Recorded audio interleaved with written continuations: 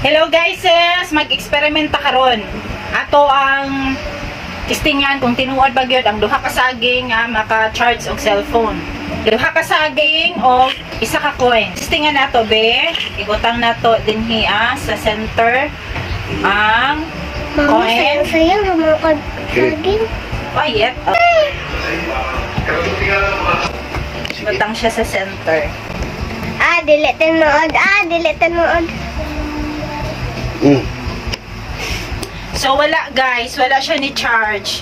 So ayaw magtuo ato kay bot to kaayo, scam.